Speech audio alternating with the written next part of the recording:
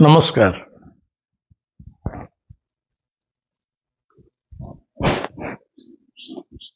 एई गतकाली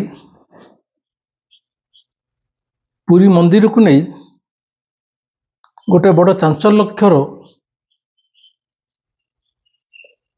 संवाद सामना को आसी जे गतकाली पुरी जगन्नाथ मंदिर भितर को 9 जन बांग्लादेशी मुस्लिम्स जगन्नाथ मंदिर भितर को पशिचंती, जगन्नाथ को दर्शन करिचंती एवं आनंद बजार भितर अभड़ा खाई अभड़ा धरिकी बाहर को बाहरी आसचंती। एइटा जेतेले मु सुनिली एवं आज मत समस्त खबर कागज से संवाद आसी मु व्यक्तिगत भाव कहूँ मु पुरीर मनीष, पुरी रे जन्म होइछि, पुरी रे पाठ पढ़ी, पुरी रे बंचुची एवं जगन्नाथ को मु अत्यधिक भल पाए। जगन्नाथ सहित संपर्क मोर भावर संपर्क, गोटे इमोशनल कनेक्शन। ये संवाद सुनला मित्र मो देहरे रक्तटा टकमक ही फुटी उठिला। एई निकटरे एई जो श्रीमंदिर चतुर्पार्श्वरु नाही नथिबा हजार हजार संख्यार मठ बाड़ी आश्रम को भांगिकी माटी मिसई दिया गला। घर द्वार होटेल लजिंग धर्मशाला को भांगिकी माटी मिसई दिया गला।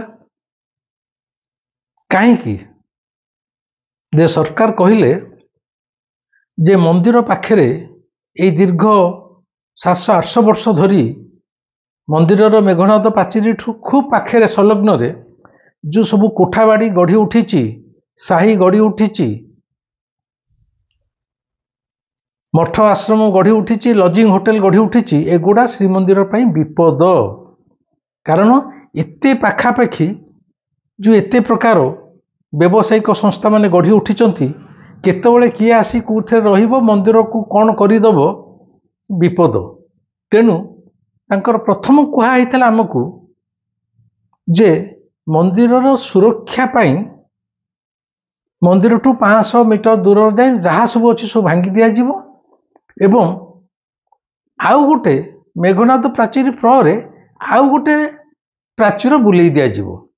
जो प्राचीर भितर माने मेघनाद प्राचीर आउ जो नुआ प्राचीरटा तैयारी हबो ता भितर परिक्रमा मार्ग तैयारी हबो, पाइखाना तैयारी हबो, बसिया पे लोकंकर हबो, बगीचा तैयारी हबो, नानादी कथा एवं यही सकाशे भांगी दिगला जे मंदिर सुरक्षा है प्रथम लक्ष्य। जदि से ही लक्ष्य थिला ताहले 9 जन बांग्लादेशी केमिति फेर मंदिर भितर पशिगले। भाषण बड़ बड़ तुम्बी तूफान भाषण सरकार बाहादुरंकर मंदिर सुरक्षाटा जमा प्राथमिकता नुहे, सबू केवल भोट राजनीति एवं संसार रे इतिहास रे ना छाड़ी जीवार मोह। एते बड़ मेघनाद पाचेरी हेची मंदिर स्वर मेघनाद पाचेरी भितर फेरे आउ गोटे कुर्म बेढ़ा भी हेची, आउ गोटे पाचेरी माने श्रीजगन्नाथ मंदिर भितर अगणा पाखे गोटे पाचेरी बुलीची, तापर पुणी आउ गोटे पाचेरी मेघनाद पाचेरी बुलीची। ये कहले आमे आपर 500 मीटर दूर रे आउरी गोटे पाचेरी बुले देबू। कालू कालू को ना रहिबो ये पाचेरी किए करथिले ना, ये पाचेरी नवीन बाबू बोली जने राजा थिले सी करथिले। तेणु इतिहास रे ना रही जीवो। ये केवल ना रखिबा मोहरे एडा सब हेइथिला। जहाँ भी किछि हेइछि सबुथरे मोर ना रहिबो। बारवटी स्टेडियम को भांगी देबो, ताको रिपेयर करबोनी, रेनोवेशन करबोनी, आ गोटे नुआ करबो। काई नुआ करबो ना एटा को जदि रिपेयर करबो, रेनोवेशन करबो, एटा के तयारी करथिले ना हरिकृष्ण महाताबकर साहाय्य रे बा ये रे प्रेरणा रे भैरव महांती करथिले काल काल को ना रहला एटा भैरव महांती तैयारी करथिले हरिकृष्ण महताब तांको ना आ भैरव महांती ना रहि जो ना भांगी नुआटे कर दु नुआटे कले ये स्टेडियम के करथिला विश्वस्तरीय स्टेडियम ना नवीन बाबू करथिले माने सबुठी नई नाल गाड़िया पोखरी सब भंगाई खाली नुआ नुआ तैयारी हो नवीन बाबू से अनुसार पुरी मंदिर 500 मीटर दूर सब भांगी दिया गला एवं आउ गोटे मध्य मेघनाथ प्राचीर आगू को आप देखिए जब पुरी जीवे आउ गोटे भी प्राचीर बुला एते बुला पर मध्य 9 जन बांग्लादेशी पशिगले मोर प्रश्न हूँ केमिति काहींकी चारि द्वारे तो तुम कौन पुलिस सब जगेच सबु द्वार बंद कर गोटे द्वारे छाड़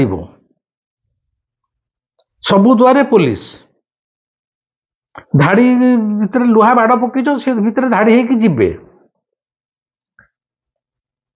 सिंहद्वार पटे बाहर यात्री जीवे पश्चिम द्वार पटे बहुत पाटितुंड कलापर कहलु केवल पुरी लोक मैंने जीवे सी पुणी आधार कार्ड देखी मुझे जो पश्चिम द्वार पटे मंदिर को जावाक बसी गोटे थर मोर आधार कार्डटा नहीं पार नी मत मु पुरी लोक कि नुह से जापारे तो तेणु मत भी बाहर कर देते तुम पशिपर तेणु आम पुरी लोक जो स्थायी बासिंदा से आम भी गले आम आम आधार कार्ड देखा पड़ू जदि तुम एत कड़ाकड़ी नियम आधार कार्ड देखले आम सब जीवु ताले ये जो 9 जन बांग्लादेशी पशिगले सी केमिति पशिगले और जो आज फोटो बाहरी 2-3 जन सहित दाढ़ी अच्छी पूरा प्योरली जना पड़े पठाण ताले से पुलिस मैंने सब कौन करुले कि कड़ाकड़ी कि जांच होती आर उत्तर किए दब ए दायी किए आज से पशि थे उद्देश्य कौन थी आम कहीपर बर्तमान जो प्रकार आतंकवादी मानकर समग्र विश्व रे हो कि भारत वर्ष हो जो जमी चली पुरी मंदिर मध्य बहु लोक टार्गेट अच्छे जिते हिंदू धर्मपीठ ताऊपर बहुत मुस्लिम कंट्री मानकर टार्गेट हो जो पशिले आज कौन होता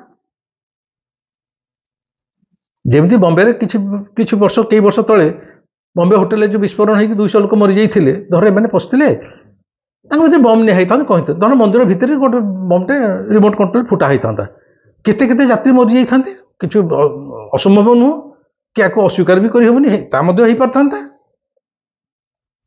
ताली की जांच ये पुलिस मैंने कौन करुले ये सरकार करुँच कौन कि यार उत्तर दब किंतु मंदिर भितर को मोबाइल नहीं पारनी गले आमर छाती पकेटे पेंट पकेटे सब हाथ मरा छड़ा हो किसी छोटिया कथा नुह चिंता कर विषय आज 9 जन बांग्लादेशी गले काली आउ किए पशि जापर से जो 9 जन बांग्लादेश आसिले से मैंने कौटी रोच कौन कर उद्देश्य कौन थिला प्रति थर जो कई गोटे पशि जाए अण हिंदू पशिगला कहना मंदिर लिखाए आम पुरी मंदिर को केवल हिंदू मानकर प्रवेश आलाउ बोली पूरा पथर मराई विद्रोही मैंने अण हिंदू मैंने पशि पारे नहीं किंतु आमर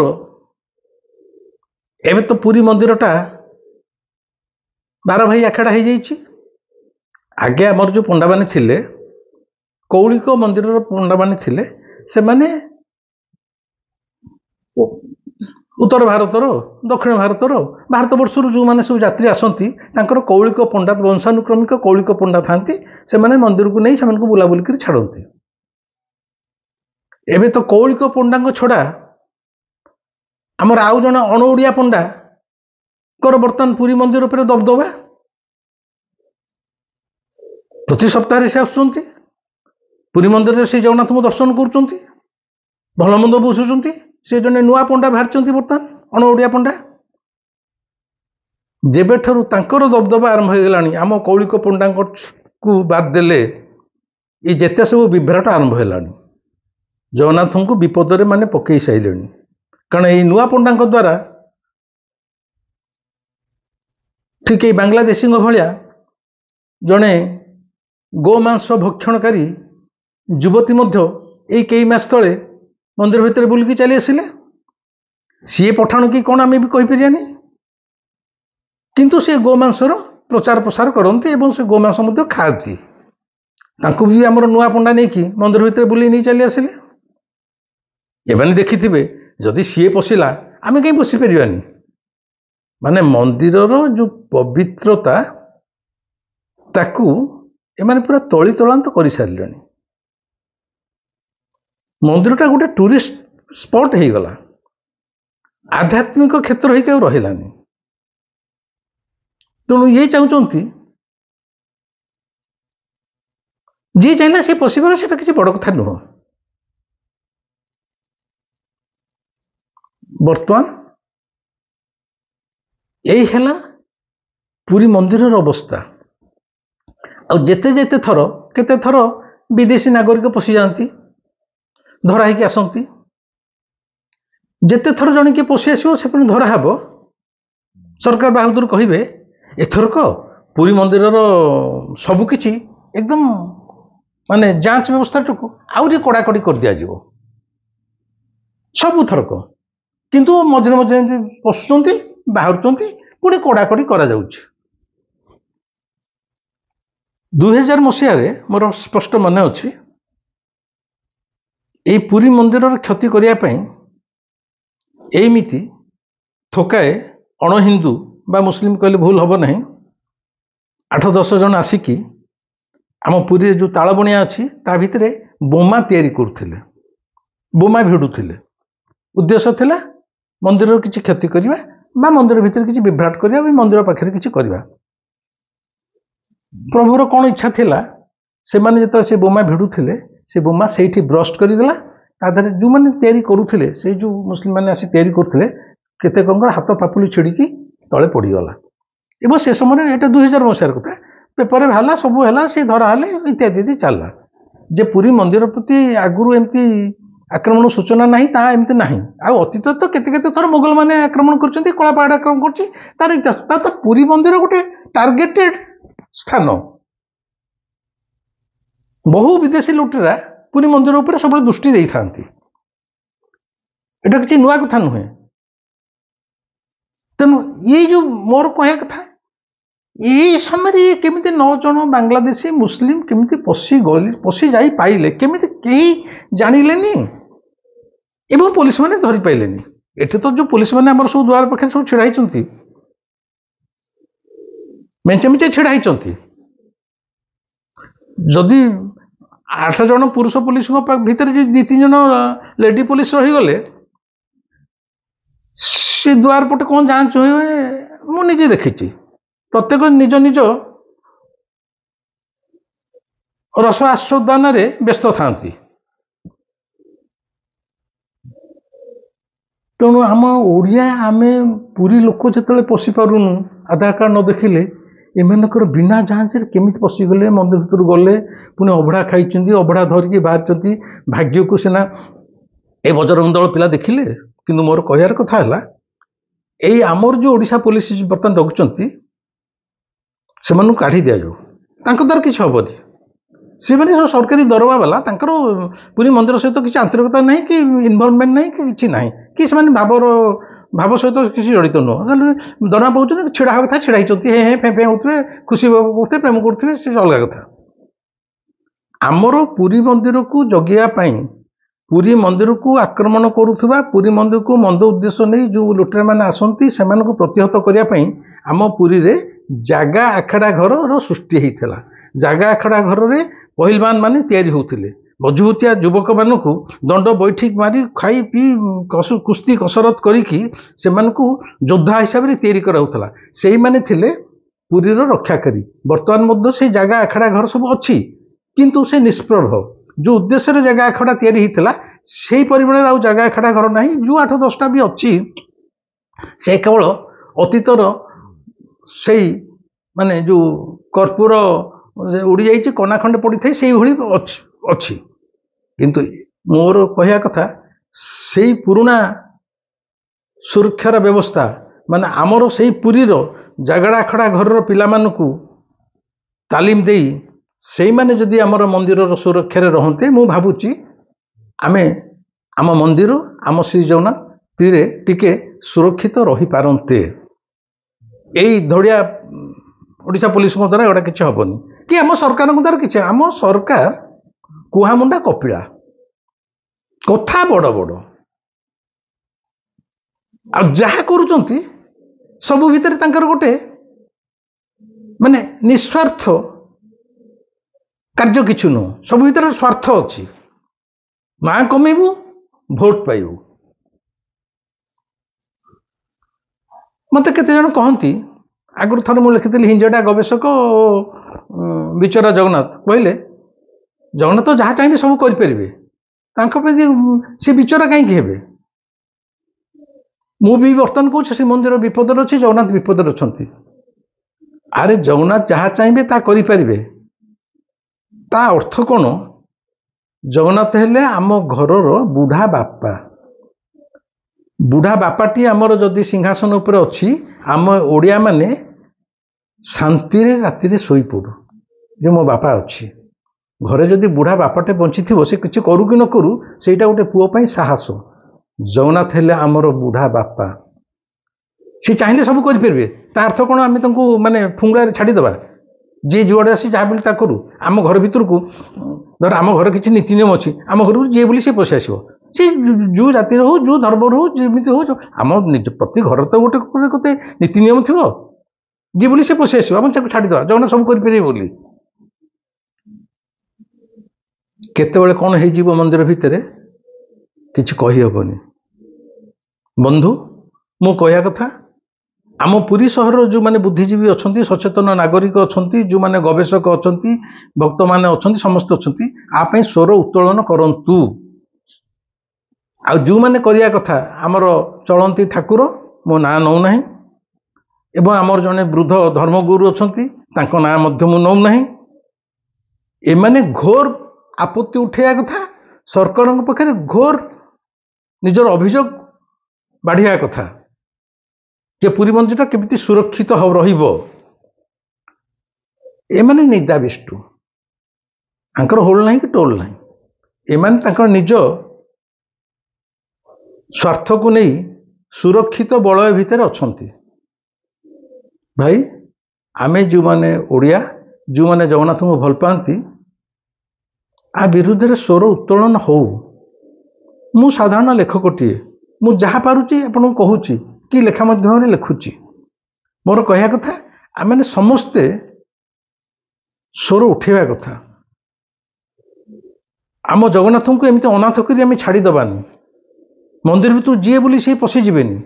ମୁଁ ତ ଜାଣିପାରୁନି, ମୁଁ ଯେତେବେଳେ ଭାବି ଦେଉଛି ବାଂଲାଦେଶ ମାନେ ଯଦି ପ୍ରକୃତରେ ତା ଭିତରେ କିଛି ବମିଂ ଫମିଂ କ'ଣ କରିଦେଇଥାନ୍ତେ, କ'ଣ ହେଇଥାନ୍ତା? ପ୍ରକୃତରେ କେତେ ଯାତ୍ରୀ ମରିଥାନ୍ତେ, କ'ଣ ହେଇଥାନ୍ତା? ଏମାନେ କାହିଁ ଆସିଥିଲେ? କ'ଣ ଯାଞ୍ଚ ଚାଲିଛି, ଯାଞ୍ଚ କ'ଣ ହେଲା ସେଗୁଡ଼ା ବି ଆମକୁ ଜଣାଇବା ଉଚିତ। ସକାଳୁ ଏ ସମ୍ବାଦ ପାଇଲା ପରେ ମୋ ଭିତରେ ଯେଉଁ ପ୍ରତିକ୍ରିୟା ହେଇଥିଲା, ସେଇ ସକାଶେ କେବଳ ମୁଁ ଏତକ କହିଲି। ମୋର ପ୍ରଭୁ ଜଗନ୍ନାଥଙ୍କୁ ପ୍ରାର୍ଥନା, ହେ କାଳିଆ, ତୋତେ ହିଁ ତୁ ହିଁ ରକ୍ଷା କର। ଆଜି ପାଇଁ ଏତିକି। এই ভিডিওটি কেମିତି ଲାଗିଲା ମୋତେ ଜଣାଇବେ।